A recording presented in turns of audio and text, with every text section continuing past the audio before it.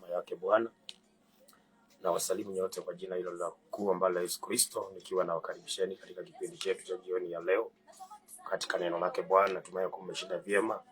Ninakukaribisha katika neno la Bwana jioni ya siku ya leo kwa jina la Yesu Kristo. Msikilizaji wa Ruben FM, na kukaribisha katika jina la Yesu. Studio ni Pastor Isaac wa Holy Way Ministries, nikiwa na kukaribisha kwa kipindi chetu cha neno la Bwana jioni ya leo kwa jina la Yesu Kristo. Kweli siku za mwisho, na kuletea kipindi cha kweli siku za mwisho. Natumai ya kwamba uko mzima na unazidi kumtumaini Bwana na pia kumwamini na kumtumikia na kumtarajia. Nami nakukumbusha kwamba Mungu aliyekulinda mpaka masaa haya anakupenda sana, anakuwazia mawazo yaliyo mema. Mipango aliyo nayo Mungu juu ya maisha yako ni mipango mema sana. Tumaini yeye, muamini yeye na umtazame yeye kwa kila jambo, bila shaka ushindi utauona. Ndio maana nimekuletea neno la Bwana ambalo linatuongoza, linatuelekeza, linatushauri na pia linatuonya kwa ile njia ambayo isiyopaswa, ili ya kwamba tusimame katika ile njia inayostahili, ndio tuweze kuona msaada wake Bwana. Kwa hivyo ninakaribisha katika jina la Yesu Kristo. Majina yangu ni Pastor Isaac, kanisa ni Holy Way Ministries. Kipindi ni kweli siku za mwisho. Wasikilizaji wapendwa, na wakaribisheni katika jina la Yesu Kristo. Ningependa tuweze kumshukuru Bwana kwa njia ya maombi, kwa sababu ya kutupendelea na kutulinda kufika masaa haya, pamoja na changamoto za hapa na pale. Bado tuko wazima na bado tunaendelea kuishi. Kwa hivyo uhai ni kitu cha maana sana, na uhai ni ishara tosha kwamba Mungu anatuwazia mema. Kwa hiyo ni vizuri kumshukuru Mungu na pia kuendelea kujisalimisha mikononi mwake Bwana, ili ya kwamba azidi kutusaidia na azidi kututetea. Na tuendelee pia kujiweka mikononi mwake kwa ajili ya usiku ambao tunauingia, ili kwa Mungu ambaye anaona sirini azidi kutulinda na kutuepushia mabaya yote.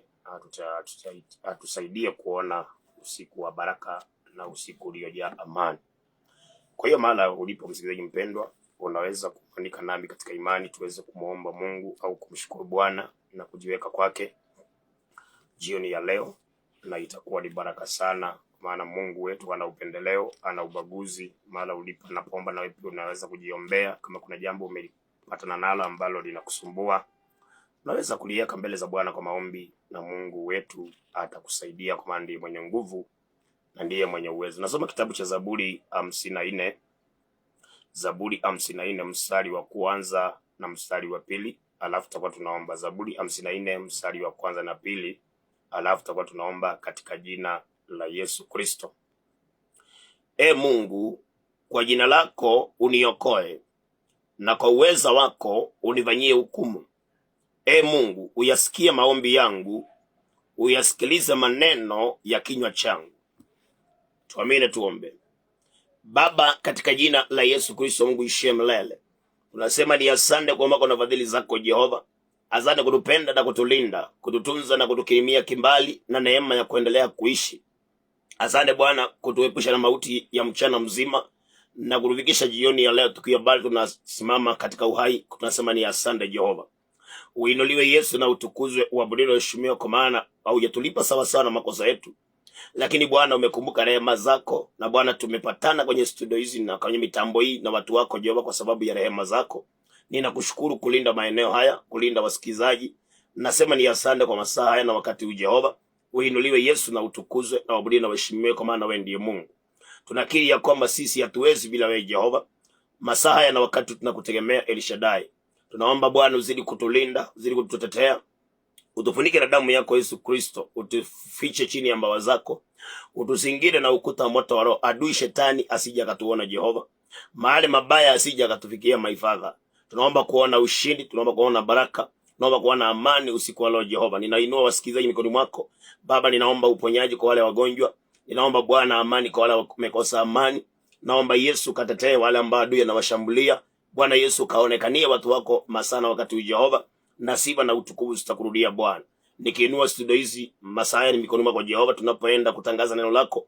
Yesu Kristo, naomba ukatawale kwenye mitambo, katawale kila mahali Jehova, ukizidi kupanua mipaka, maana wewe ni Mungu mwenye rehema Bwana. Yesu, kaondoe kizuizi, pingamizi, chochote kimbaya Bwana, ukakiondoe kikabane na kushindwa katika jina la Yesu Kristo. Baba, tunakataa mikasa, mikosi, miinuko ya kishetani, mishale ya waganga, wachawi, washirikina, wavuga mapepo na majini, tunakanusha ikabade kushindwa katika jina la Yesu Kristo. Bwana Yesu, amani yako ikatuvunike, baraka zako zikawe juu yetu, na utukufu wako Baba ukanene ushindi katika maisha yetu Bwana. Mahali tuna makosa, tunaomba tumsamaha Jehova, katika maneno, mawazo, fikra, nia, hisia na hata matendo. Kuna mambo tumeyafanya yasiyo kupendeza Baba, tusamee, tutakaze, tuzavishe, tubariki mbali machoni pako, na tukaone ushindi Jehova, na sifa zitakurudia. Ninapoenda kupeana neno lako, naomba Yesu nitumie kama chombo kupitia kwa Roho yako Mtakatifu.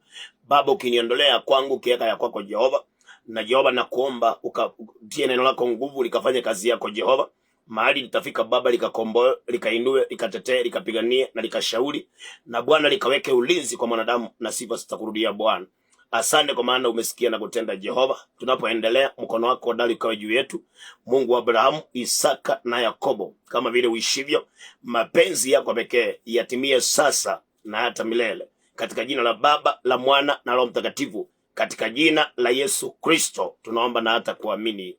Amen and amen. Hallelujah. Thank you Jesus. Mungu amani kubariki sana msikilizaji mpendwa ambaye umeshiriki katika maombi hayo. Bwana kulinda, kutetee, kuonekanie na akupe kimbali na akupe ushindi. Na wewe kama umeshiriki maombi hayo, amini. Amini. Mungu ambaye tunamuomba sio Mungu kiziwi, na wala sio Mungu asiyesikia, ni Mungu anayesikia na pia ni wa rehema. Kwa hivyo amini na utaona ushindi, na pia moyo wako sasa uweke wazi, ili pia neno la Mungu lipate makao ndani yako, lisikose makao neno la Mungu ndani yako. Kwa hivyo amini na wewe umtarajie Mungu, na sasa neno la Mungu lipate makao ndani yako, upate kuimarika zaidi na utaona ushindi. Majina yangu ni Pastor Isaac, kanisa ni Holy Way Ministry kwa mkuu kwa Ruben.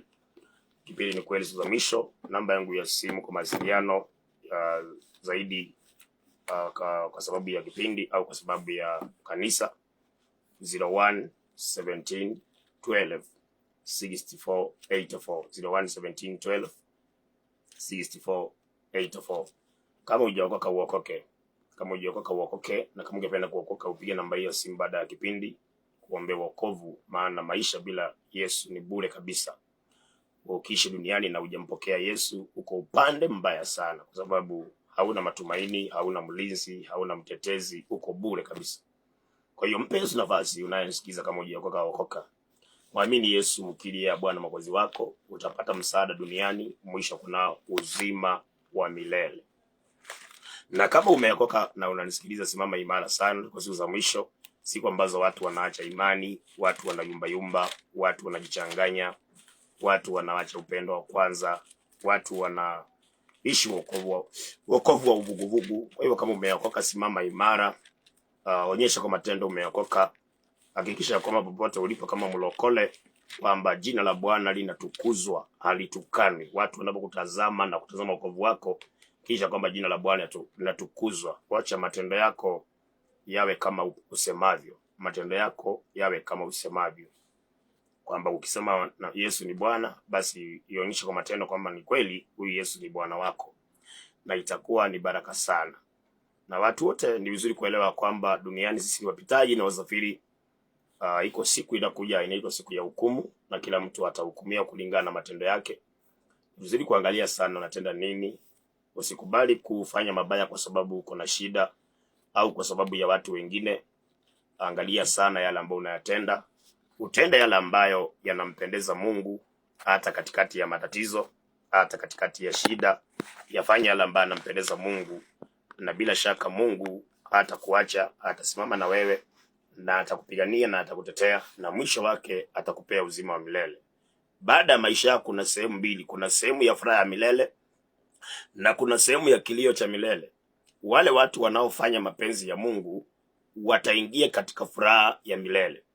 Wale watu ambao wameacha kufanya mapenzi ya Mungu, wanaishi nje ya mapenzi ya Mungu, wao ni watu ambao wataingia katika mateso ya milele. Kwa hiyo mpendwa msikilizaji, popote ulipo, angalia sana kufanya mapenzi yake Bwana. uwe unateseka, uwe hauteseki, unavyo au na, angalia kufanya mapenzi ya Mungu. Usikubali kufuata watu, usikubali kufuata matatizo yako, usikubali kufuata mahitaji yako. Angalia sana kufanya yale ambayo yanampendeza Mungu, na hapo ndipo maisha yako duniani yatakuwa na amani, na baada ya maisha haya utaingia katika furaha ya milele. Kwa hivyo jichunguze, uangalie unavyoishi ni mapenzi ya Mungu. Saa hii unaponisikiliza hapo ulipo ni mapenzi ya Mungu. Yule uko naye saa hii ni mapenzi ya Mungu mnaendeza. Siku ya hukumu ikawa leo, unaona unaweza ingia kwenye furaha ya milele kweli? Utapata nafasi. Ni vizuri kujichunguza. Maandiko yanasema katika kitabu cha Maombolezo 3:40, tuchunguze njia zetu na kusijaribu, na tufanye kumrudia Mungu tena. Kwa hiyo ni vizuri uchunguze njia zako, mzee, mama, kijana, na uweze kuzijaribu njia zako na ufanye kumrudia Mungu tena. Na Mungu naye anasema yuko tayari, hata kama dhambi ni nyekundu, yuko tayari asafishe na atakase. Na zaidi anasema ukikubali na kutii utakula hata mema ya nchi. Mwenye masikio na asikie hayo. Katika somo la siku ya leo nimekuletea neno la Bwana kulingana na uweza wa Roho Mtakatifu, kwamba ngoja nikwambie siku ya leo kwamba inawezekana mtafute Bwana. It is possible, seek the Lord. Katika dunia kuna mambo watu kumana nayo, kuna matatizo fulani, mahitaji fulani, hali fulani ambazo watu kutana nazo, na watu wengi huwa wanamkosea Mungu. Wanaona kana kwamba iwezekani, wanaacha kutafuta Mungu, wanaingia mambo yao, wanaingia njia mbadala, na hapo ndipo watu wanapotea, wanaingia katika sehemu ya ghadhabu, na wanapita barabara ile ya kuelekea jana. Lakini nimekuja nikuambie jioni ya siku ya leo, msikilizaji mpendwa, kwamba it is possible, seek the Lord. Inawezekana. Inawezekana. Hapo ulipo inawezekana, lakini tafuta Mungu. Usitafute kitu kingine. Tafuta Mungu. Seek the Lord. Maana Mungu ndiye ako na uwezo. Mungu ndiye ako na kila kitu. Mungu ndiye anaweza geuza chochote kile. Ndiye anaweza kuleta uzuri katika maisha. Lazima ujue, uamini inawezekana, na ujue inawezekana kwa Mungu, sio mahali pengine. It is only possible in the side of God, not on other side. Kwa hivyo nimekuja nikuambia inawezekana. Tafuta Mungu. It is possible, seek the Lord. Katika utangulizi Marko 10 mstari wake, katika hali ya utangulizi mstari 27, Marko 10:27, Yesu wakazia macho akasema, kwa wanadamu haiwezekani, bali kwa Mungu sivyo, maana yote yanawezekana kwa Mungu. Yesu Kristo alikuwa na wanafunzi, na alikuwa mahali, na alipokuwa mahali pale kukawa wameongea maneno fulani, na wanafunzi wakaonekana wakiwa na tashwishi kwamba ni kama iwezekani sasa, kwa maana kuna mjadala fulani walikuwa wanaendeleza kwa habari ya vile tajiri itakuwa vigumu aingie mbinguni. Na Petro akasema kama ni hivyo basi Yesu, ni kama haitawezekana, basi ni kama sasa iwezekani sisi tupate nafasi. Lakini Yesu akamwambia Petro, kwa wanadamu haiwezekani, lakini kwa Mungu sivyo. Kwa Mungu yote, wacha hata ile alikuwa anaongea, akasema yote yanawezekana. Kwa hiyo kwa wanadamu, na wanadamu ni mimi na wewe. Unaanza na wewe na ule mtu mwingine, na ule anko yako ulitafuta msaada kwake wakosa, ama ule mganga ulimwendea ukapata hakuna kitu. Sasa kwa mwanadamu ambaye ni wewe na ule mtu unamtegemea au unamtazama au umemwendea amekudisappoint, kwa wanadamu haiwezekani, lakini kwa Mungu yote yanawezekana. To God who created the heavens and the earth, all is possible. mambo yote yanawezekana. Mpendwa msikilizaji, yote yanawezekana kwa Mungu. Mtafute Mungu. Mtafute Mungu aliyekuumba. Usijihangaishe kutafuta wanadamu, maana kwa wanadamu haiwezekani. Mganga ni mwanadamu, hata pia wahubiri ni wanadamu. Kuna wengine tunatangatanga, mara tuko kwa huyu mhubiri, mara tuko kwa huyu mhubiri, mara kesho nyingine tuko kwa ule nabii, tunakuwa kwa ule muombezi.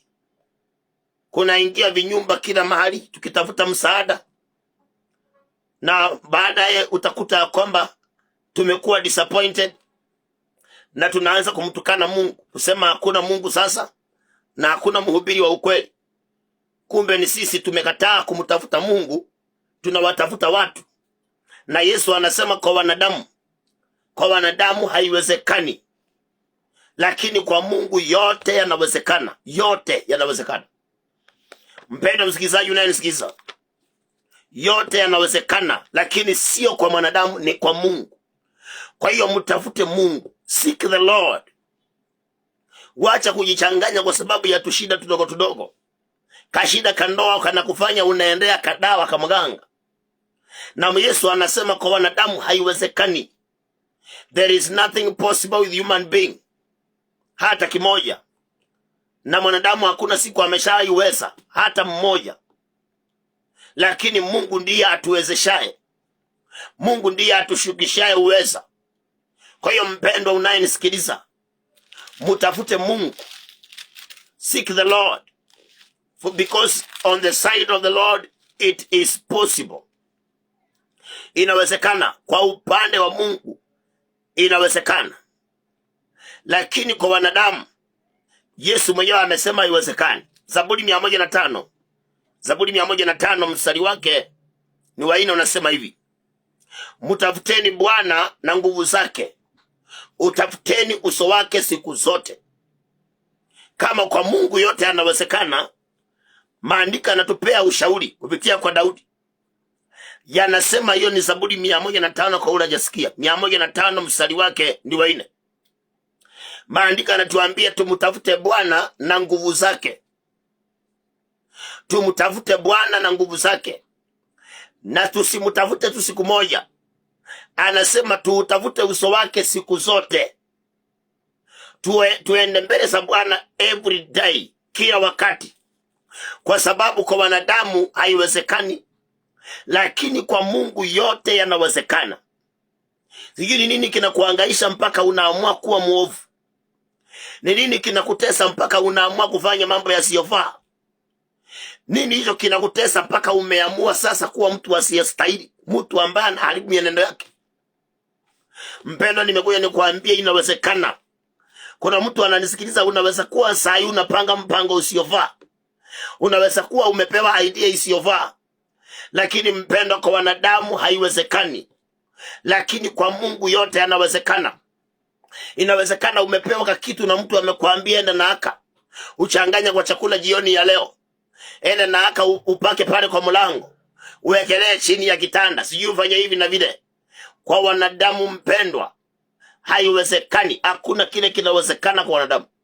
Lakini kwa Mungu aliyetuumba na akaumba mbingu na nchi, ambaye anajua paka hesabu ya nywele za kichwa chetu, anatuambia kwamba kwake yote yanawezekana.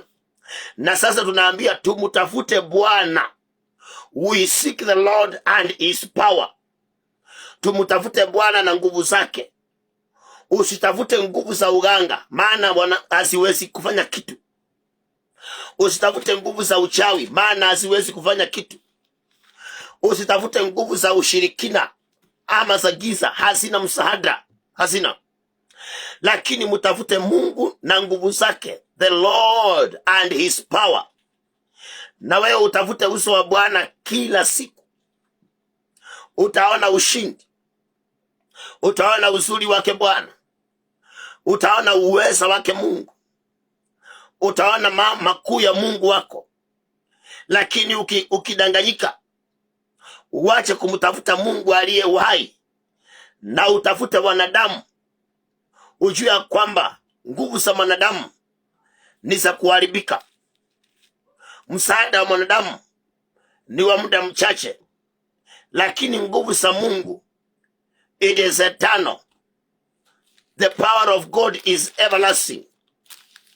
Na msaada wa Mungu pia ni msaada ambao ni wa milele na milele. Msaada ambao ni wa milele na milele. Lakini kwa wanadamu hakuna msaada hata kidogo. Hakuna msaada. Kwa hiyo usiwatafute watu. Usiwatafute watu ambao wamejibandika majina ya Mungu na hata wengine si watu wa Mungu.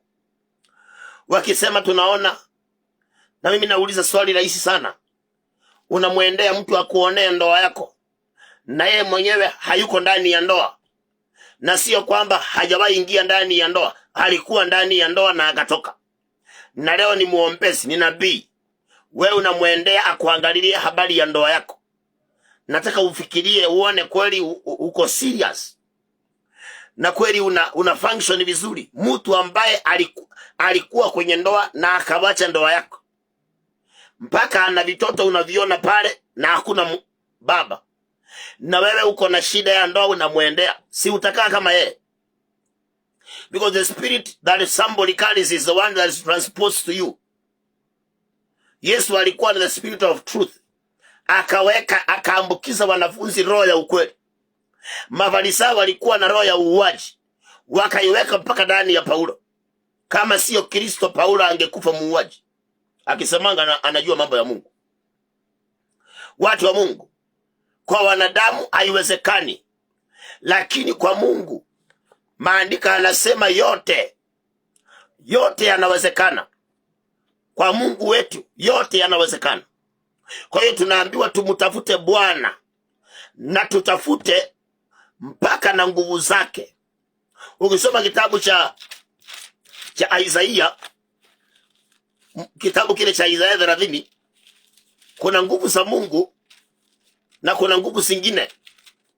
Lakini hizi zingine Mungu akasema hivi. Kitabu kile cha Isaiah 30 mstari wa 2, kwa sababu ya muda wangu. Maandiko yanasema waendao kuteremkia Misri, Isaiah 30 mstari wa 2. Waendao kuteremkia Misri wala hawakuuliza kinywani mwangu, ili wajitie nguvu kwa nguvu za Farao na kutumainia kiburi cha Misri. Basi nguvu za Farao zitakuwa aibu yenu. Maandiko yanasema kuna watu ambao walikuwa wanahitaji msaada, na Mungu akaona wanateremka Misri.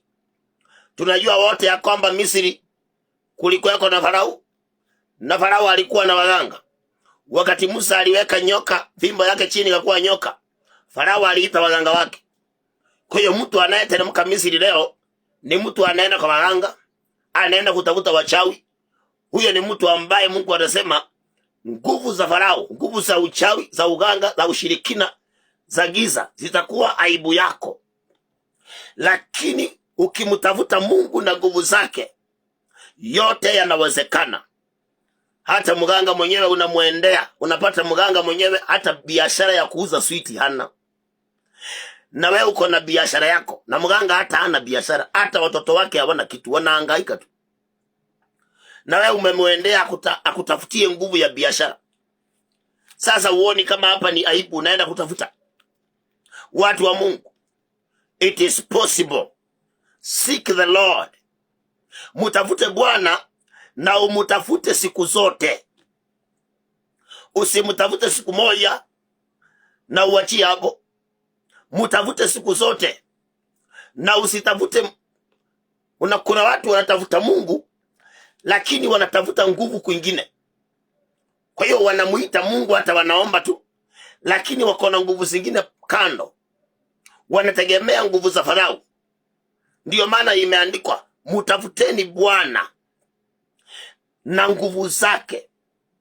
Tumutafute Bwana na nguvu zake. Maana kwa Mungu yote yanawezekana. Lakini kwa Farao na watu wa Farao, Mungu akasema wale wanaenda Misri, zile nguvu za Farao wanategemea, itakuwa ni aibu yao. Itakuwa ni aibu yao. Kwa nini uishi maisha ya aibu? Na Mungu amekuumba kwa ajili ya utukufu. Sikiliza Mwanzo vile Mungu anasema.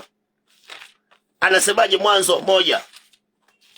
Mpendwa msikilizaji, usidanganyike na kutafuta kwingine msaada. Yanawezekana kwa Mungu tu.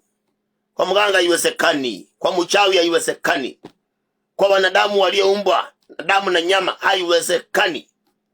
Lakini kwa Mungu yote yanawezekana. Yote. Na Mungu alituumba kwa njia kama hii. Sikiliza. Mwanzo 1 mstari wake wa 27 unasema Mungu akaumba mtu kwa mfano wake.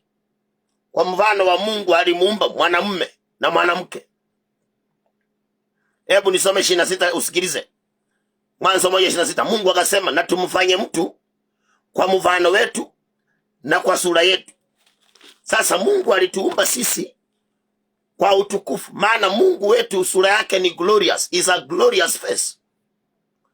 He is a glorious God. Alituumba ndani ya utukufu. Ndio anasema ukitafuta nguvu za Farao utaingia aibu. Sasa mbona mpendwa uingia aibu wakati Mungu amekuumba kwa ajili ya utukufu? Ukienda kwa mpango wa kando utakuwa ni aibu. Ukipeleka mizigo yako kwa sugar mami ni aibu yako hiyo. Ukienda kwa sugar daddy ni aibu. Ukiamua kutafuta njia zingine za kando utakutana na aibu. Lakini Mungu amekuumba kwa mfano wake na sura yake. Ukimtafuta yeye utaona utukufu wake. Utaona uweza wake. Yale yameshindikana yanawezekana kwa Mungu aliyeumba mbingu na nchi. Kuna mfano nataka nikupe hapa kidogo usikilize. Kuna wakati ambapo Musa alikuwa na wana wa Israeli. Na wakati Musa alikuwa na wana wa Israeli wakitoka Misri, kuna jambo lilifanyika barabarani. Na nataka uangalie uone vile ambavyo kulifanyika. Na wewe ukubali kupitia barabara kama hiyo. Kitabu cha Kutoka 15. Kutoka 15. Mstari wake ni wa 22. Musa akawaongoza Israeli waende mbele kutoka bahari ya Shamu. Nao wakatokea katika jangwa la Shuri. Wakaenda safari ya siku 3. Jangwani wasione maji. Walipofika mahali palipoitwa Mara, hawakupata kuyanywa maji ya Mara, kwa kuwa yalikuwa machungu. Kwa ajili ya hayo jina lake likaitwa Mara. Ndipo watu wakamnungunikia Musa wakisema tunywe nini? Naye Musa akamulilia Bwana. Bwana akamuonyesha mti, naye akautia katika hayo maji. Maji yakawa matamu. Umesikia mpendwa? Mtafute Mungu mpendwa. Mulilie Mungu. Wacha kulilia mume wenyewe. Wacha kulilia anko yako. Wacha kulilia mliyezaliwa na yeye. Kwa wanadamu haiwezekani. Wacha kuwalilia hata manabii. Pastor anaweza omba, lakini hawezi jibu maombi. Ndio maana Yesu alitutuma sisi wahubiri. Hakututuma tuwaonyeshe watu tuna uwezo sisi. Alitutuma tuwaonyeshe watu Yesu ndiye ana uwezo. Ndio alisema njooni kwangu nyote. Hakusema twende kwa Petro ama kwa Andrea ama kwa fulani. Alisema sisi sote twende kwake. Tunaolemewa na kusumbuka na mizigo. Na akasema atatupumzisha. Hata pia maandiko hayo, hiyo ni Mathayo 11:28. Hiyo pia inaonyesha kwamba mizigo mtu anayosumbuka nayo na kulemewa haiwezi kuondolewa kwa mtu mwingine isipokuwa kwa Yesu. Haiwezi. Huzuni na fedheha iliyokujaa haiwezi kuondolewa iwe raha isipokuwa umtafute Mungu wako aliyekuumba, na umtafute na nguvu zake. Usimtafute Mungu na umebeba nguvu zingine. Nitakupeleka mahali uone. Kuna watu pia walimtafuta Mungu lakini they had other powers. Na ikaonekana iwezekani they must go and do away those powers. Ndio sasa waweze kumuona Mungu wao. Na walifanya hivyo. Sasa tuko hapa kwa Musa wakisafiri kutoka Misri. Bahari ya Shamu ikafunguka. Wa Misri wakakunywa maji. Waisraeli wakavuka na wakatembea kutoka Shamu. Maandiko yanasema siku 3. Na sasa jangwani wakaona ikawa ya kwamba hakuna maji. Wakafika mahali kulikuwa kunaitwa Mara. Kwa tafsiri nyingine inaitwa mahali panaitwa uchungu. Na hapo mahali kaonekana maji ya pale ni machungu sana. Hawezi kuyakunywa hata kidogo. Maandiko yanasema ya kwamba Musa, watu walimnungunikia Musa, lakini Musa akamulilia Bwana. Moses cried to God.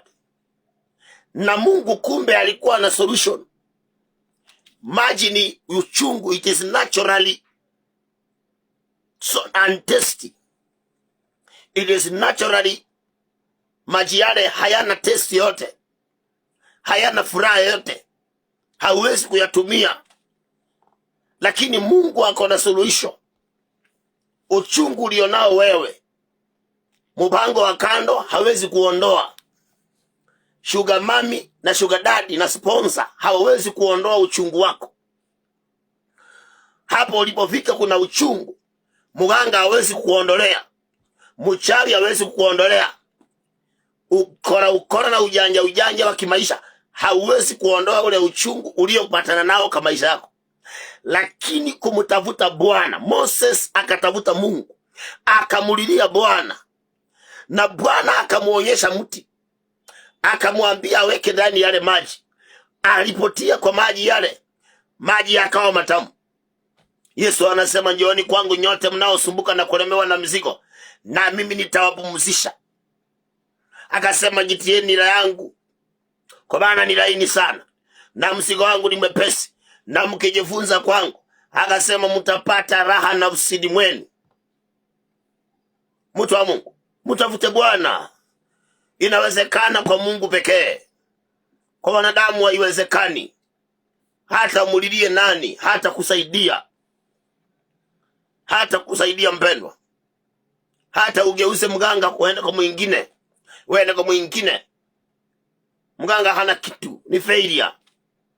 Shetani wao ni failure.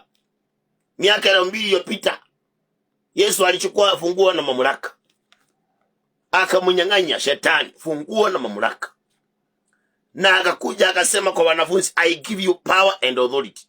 Akamwambia Petro, nakupea kifunguo. Mpendo, kwa nini usimtafute Mungu aliyekuumba akupe funguo, akupe nguvu na mamlaka, nguvu ambazo zinadumu milele? Za mganga zinaisha. Kadawa kandoa kiisa mnagongana, mnapigana.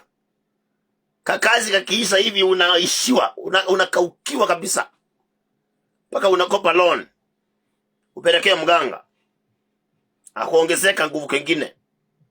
Mpendo, sasa mambo kama haya utaendelea mpaka lini? Ni maneno ambayo mtu anaitwa Elijah. Elijah aliuliza watu swali hili. Elijah akauliza watu swali hili. Kitabu cha Wafalme wa Kwanza 18. Wafalme wa Kwanza 18. Mstari 21 anasema hivi, na Elia akawakaribia watu wote akanena, musisite katika mawazo mawili. Mutasita katika mawazo mawili. Hata lini? Bwana akiwa ndiye Mungu, mfuateni.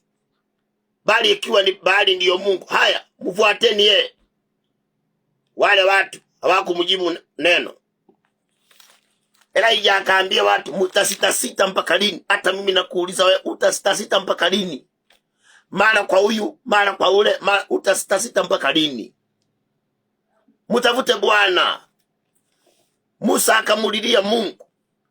Ni kweli maji ni ya uchungu, na watu wanataka kunywa maji, lakini hawana msaada kwingine.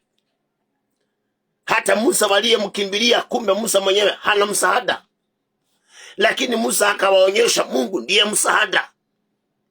Ya kwa wanadamu haiwezekani. Hata Musa alikuwa hana msaada, ndio maana alililia Mungu. Kumbe Mungu alikuwa na solution. Hata kama shida inaonekana ni natural, maana maji yakiwa ni ya uchungu, it means it is natural. Lakini God is the owner of nature.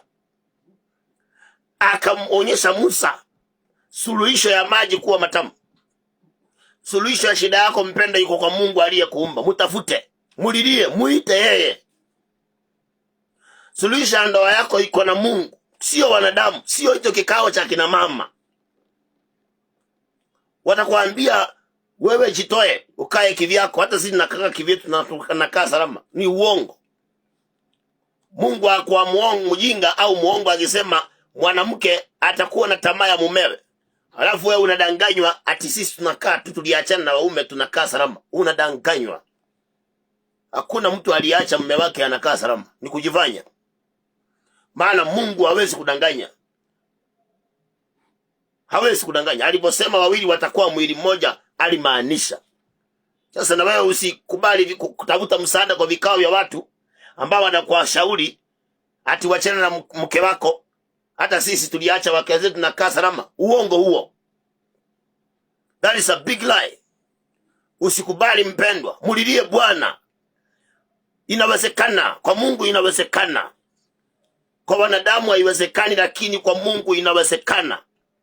Sijui wewe uko na shida gani wewe unanisikiliza. Unahitaji gani unanisikiliza? Yamekupata ya aina gani? Ni uchungu wa aina gani unao kimaisha? Nataka nikuambie mpendwa, mtafute Bwana. Mulilie Mungu aliyekuumba. Kwake ndio kuna msaada. Huko unafikiria kuenda hakuna msaada. Huko kwa viongozi unasema nataka nitafute sijui MP nitafute nani. Mtu wa Mungu. Huko hakuna msaada. Sikiliza Daudi alisema nini? Daudi alisemaje? Na Daudi unajua ni mfalme. Lakini Daudi alipeana mwongozo fulani hapa, sikiliza. Mtu wa Mungu, huko unaangalia hakuna msaada. Utaibika bado. Mtafute Mungu, mulilie Bwana. Mungu hawezi kukataa. Hawezi kumuita kunyamazie, atakusaidia. Daudi akasema maneno haya. Kitabu kile cha Zaburi. Daudi akatupea mwongozo huu. Hebu nikutafutie kwa haraka tafadhali. Usikilize. Kuna mahali unasema naona tafuta niangalie fulani. Zaburi 118.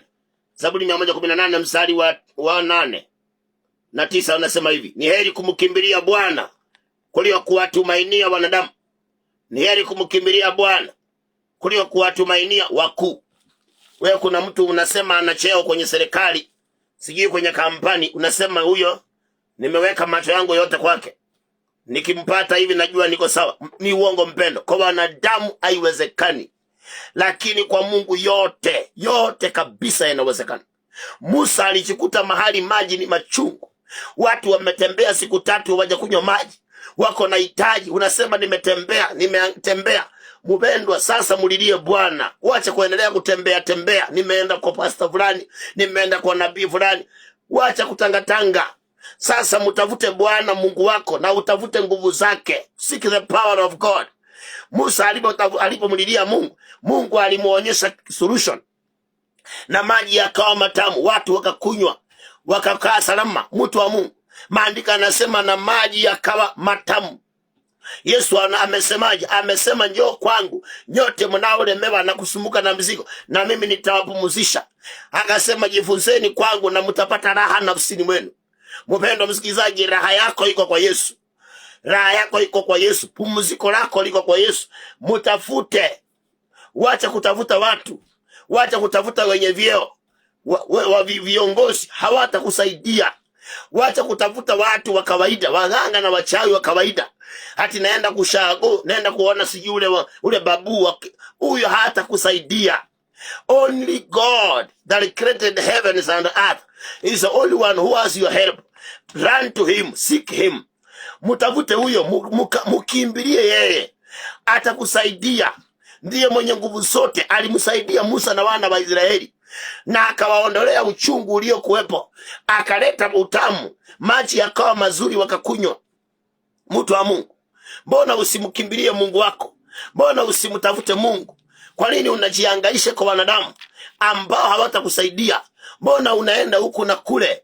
Na Daudi anasema usiwatumainie wanadamu, hata watu wako na vyeo usiwatumainie.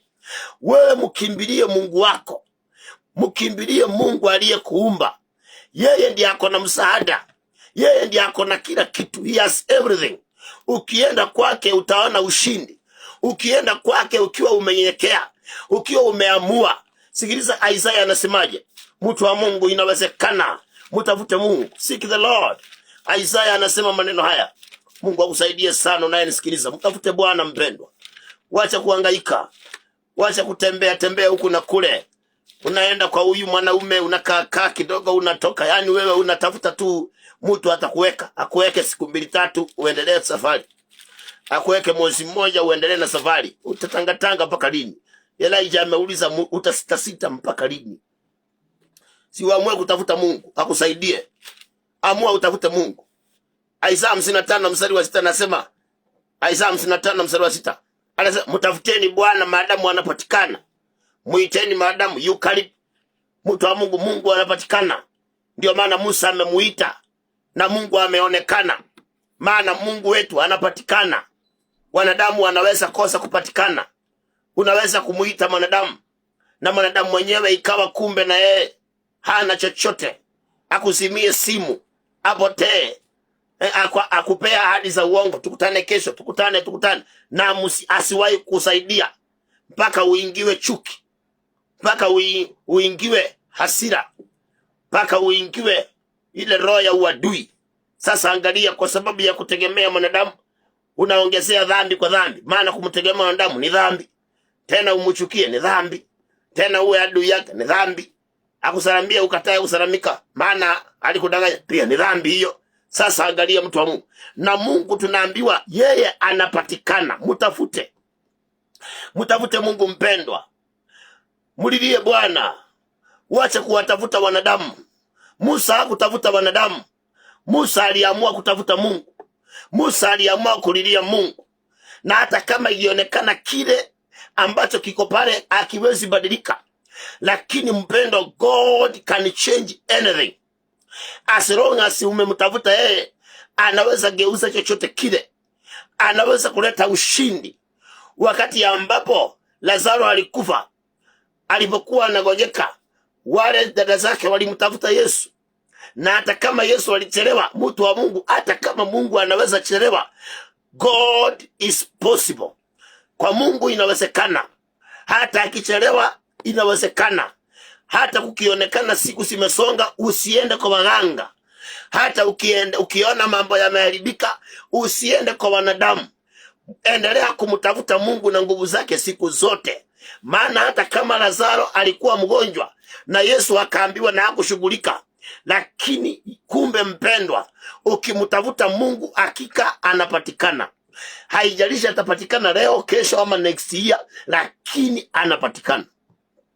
Danieli alimtafuta siku 21.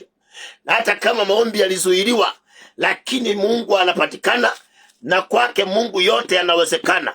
Angalia, ulikuwa ukiomba Mungu, sasa uliacha, umeamua kujichanganya, umeamua kuwa mjanja, umejifunza kwa fulani, kutumia tusijitu vitu fulani.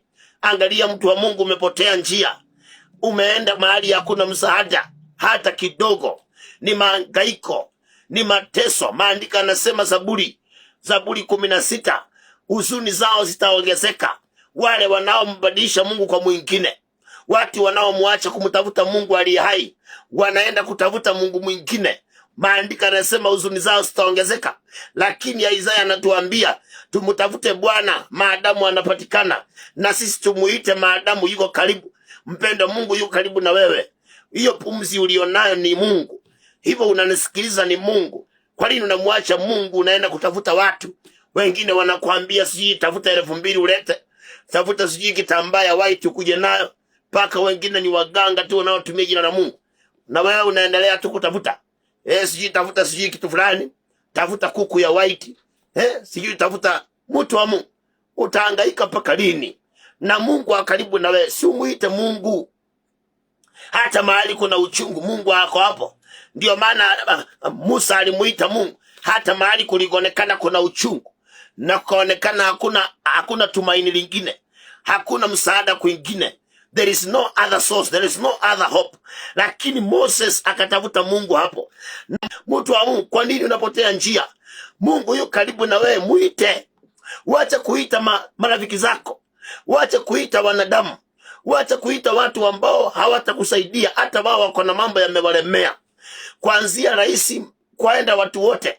Kila mwanadamu kuna mahali amevika, amelemewa. Na wewe unawatafuta watu na watu pia wamelemewa.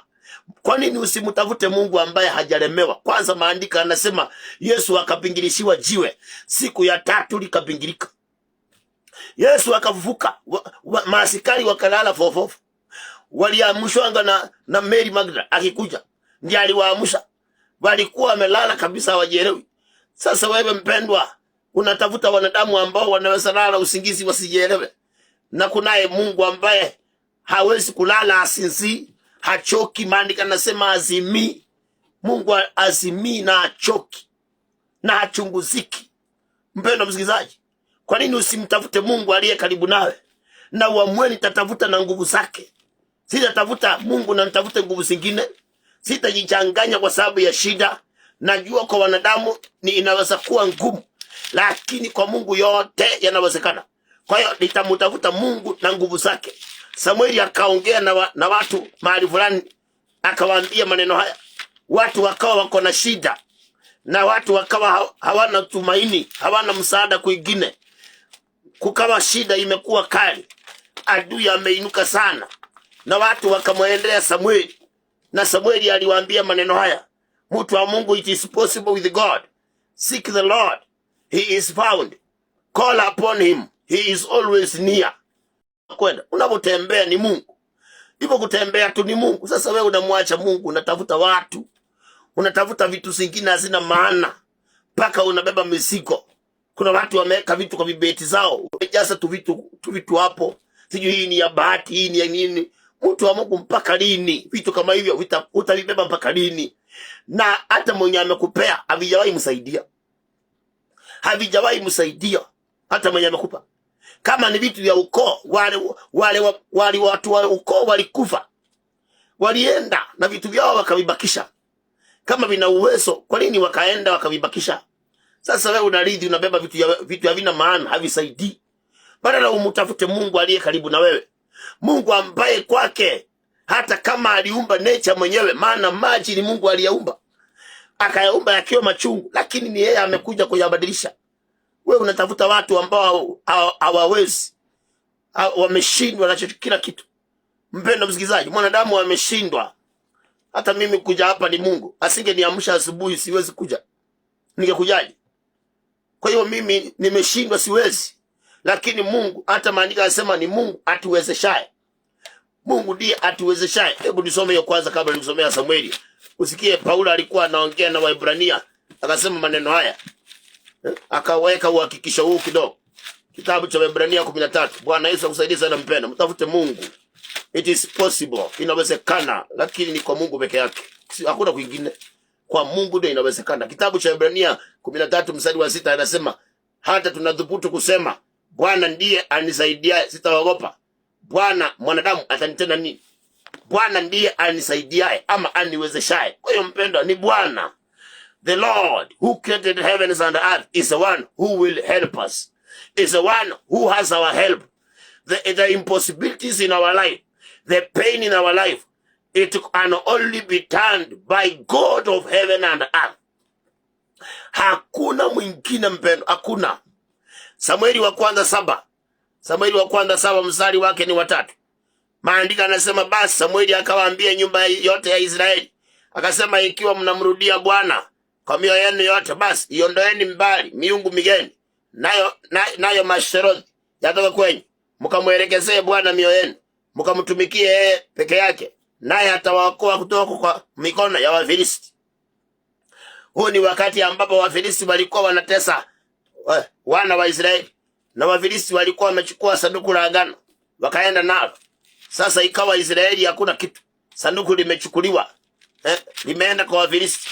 Sasa Waisraeli, Samueli akawaambia, basi Mungu ndiye anaweza kuwasaidia. Akawaambia sasa kile mtafanya, mumrudie Mungu na mioyo yenu yote. Na ndio awasaidie. Lazima muamue kumtegemea kikamilifu. Kwa njia gani? Ile miungu ya maserozi lazima muende mkaitupe, muiondoe. Ndio maana maandiko yamesema mtafute Bwana na nguvu zake.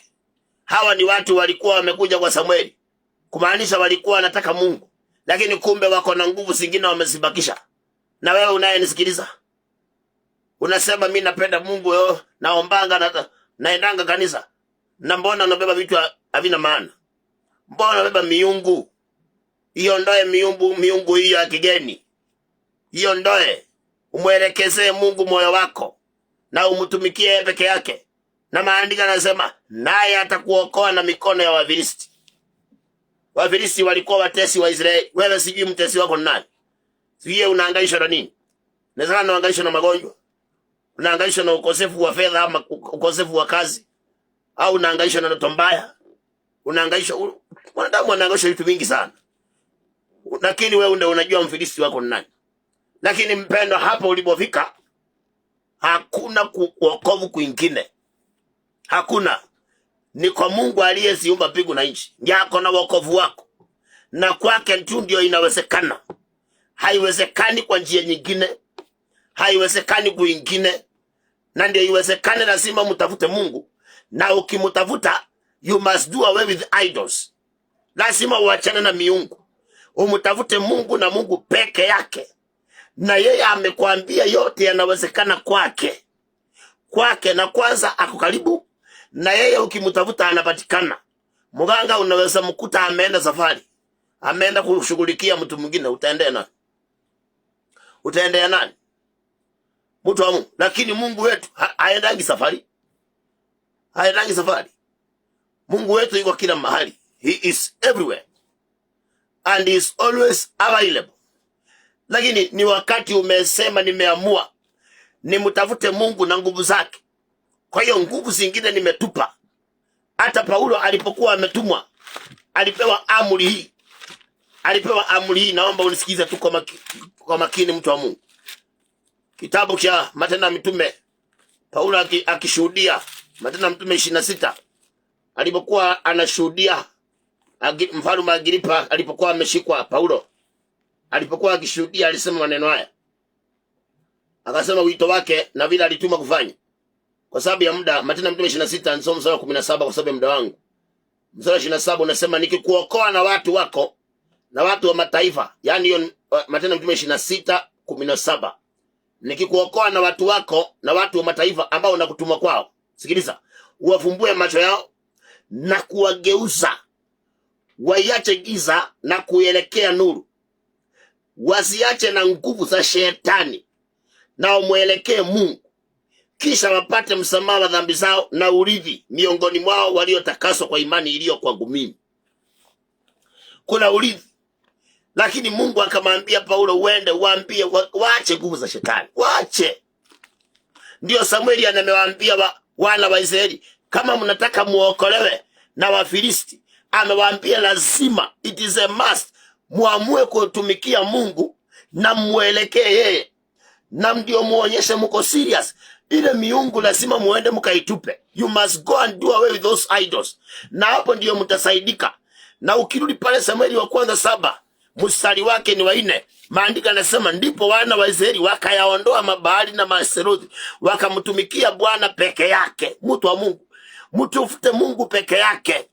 Verse 5 inasema, Samueli akasema, wakusanyeni wa Israeli wote Mispa, nami nitawaombea ninyi kwa Bwana. Wakati walienda wakaondoa, sasa ikaonekana, Samueli akawaambia, now I can pray for you. Mtu wa Mungu, Bwana Yesu akusaidie sana, akujalie neema. Nimekuachia maneno hayo. Mtafute Bwana na utafute nguvu zake. Miungu achana nayo na Mungu wako atakusaidia. Mtafute Mungu, achana na uovu, achana na njia mbaya, atakusaidia kwa maana ndiye ako na msaada wako. May the Lord bless you so much. Muda wangu naona umenipa kisogo. Mimi nakuachia maneno hayo ya tafakari, ya fikirie. Nina mengi sana kuongea, lakini ya tafakari hayo. Kwa Mungu inawezekana. Mtafute Mungu wako naye atakusaidia katika jina la Yesu Kristo. Mungu amani akubariki sana na akutendee mema. Nataka tuweze kumalizia kwa maombi tunapomalizia kipindi katika jina la Yesu Kristo. Mara ulipo tuamini na tuombe. Baba, katika jina la Yesu Kristo, Mungu ishie milele, nasema ni asante kwa neno lako la siku ya leo. Asante kwa wasikilizaji. Asante Bwana, ninaomba ulitie neno lako nguvu na likafanye kazi Jehova. Wacha ligeuze mtu mawazo, likageuze mtu Bwana akawacha njia isiyofaa na kurudi katika njia inayofaa Bwana. Yesu Kristo, ninaomba wakaache na nguvu za shetani na kungeukia nguvu zako. Kila mmoja akawacha kutafuta watu wakakutafuta wewe. Na Jehova ukaonekane kwa watu wako, maana wewe ndiye mwenye nguvu Jehova. Ukageuze uchungu kuwa Baba utamu katika maisha yao Jehova. Ukageuze huzuni kuwa furaha, maana wewe ndiye mwenye nguvu. Waonekanie maana unaweza Baba. Hata wale mioyo yao imekuwa migumu, wanaona iwezekani, Yesu waguse, ganga roho zao, wageuze, kwa maana wewe ndiye mwenye mamlaka Jehova. Wale wamedanganywa mpaka wamefika mahali wanaona ni kama iwezekani, Yesu watembelee, wageuze maifadha, wape tumaini, kwa maana wewe ni mwenye wema za Jehova. Wape faraja, maana wewe ndiye mwenye faraja Jehova. Na sifa sitakurudia. Ukalinde studio hizi Bwana, ukalinde watu wote wanaohusika kwenye studio hizi, na ukalinde wasikizaji Jehova. Tunaomba usiku wa amani, baraka na ushindi. Kijiji Baba tunageni kwa mwako Baba, ukatawale Jehova. Mikasa, mikosi, balaa zote ondoa. Mikasa yote ya kumioto Bwana ukazime, kwa maana wewe ni mwenye nguvu Bwana. Kile hujapanga kikarudia mwenyewe mara 7 katika jina la Yesu Kristo. Neno lako Baba ukalitawale. Yesu, kisikubali mabaya kaonekane, wala kizuizi cha injili kisionekane Bwana, bali neno lako likazidi kukomboa, likarejesha, na sifa zitakurudia. Tumejiacha mikononi mwako, damu yako itufunike na ikanene mema. Mungu wa Abrahamu, Isaka na Yakobo, kama vile uishivyo, mapenzi yako pekee yatimie sasa na hata milele, katika jina la Baba na Mwana na Roho Mtakatifu, katika jina la Yesu Kristo tunaomba na hata kuamini. Amen and amen. Bwana amani akubariki sana, akulinde. Ujuana ni mabaya usitende. Kama unapitia shida, vumilia, muite Mungu na yeye atakusaidia. Majina yangu ni Pastor Isaac, kanisa ni Holy Way Ministries. Kwa maelezo zaidi namba ya simu ni 01 17 12 64 84, 01 17 12 64 84. Unaweza nipigia baada ya kipindi kwa maelezo zaidi. Mungu akubariki sana, akutendee mema na akutetee. Yesu anarudi. Shalom.